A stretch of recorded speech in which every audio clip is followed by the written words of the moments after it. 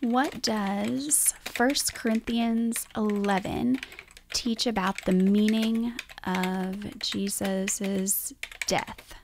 Yeah, all these passages, he's both God and man, all right? He's the creator. I mean, it's incredible. Everybody knows about communion, the Lord's Supper, okay? Let's go back to an early document. What did they think it meant?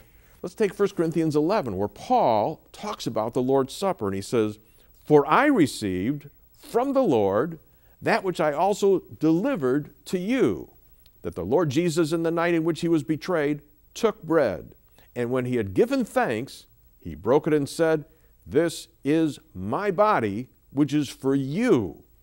Do this in remembrance of me.' In the same way he took the cup also after supper, saying, 'This cup is the new covenant in my blood.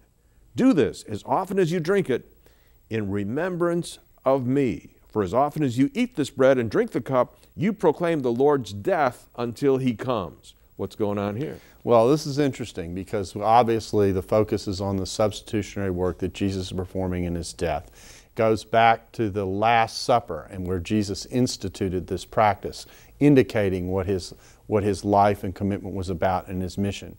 What's really interesting about this is that we actually have two versions of what was said at this meal. We have Matthew and Mark who say, "This blood is the covenant in my blood." The word new isn't even in there.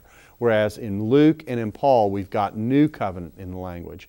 This shows the differences that sometimes get exploited, but notice that this difference is not a real difference.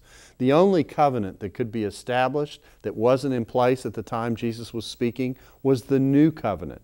So all the change of wording done is make explicit something that was implicit in what was said in the shorter version.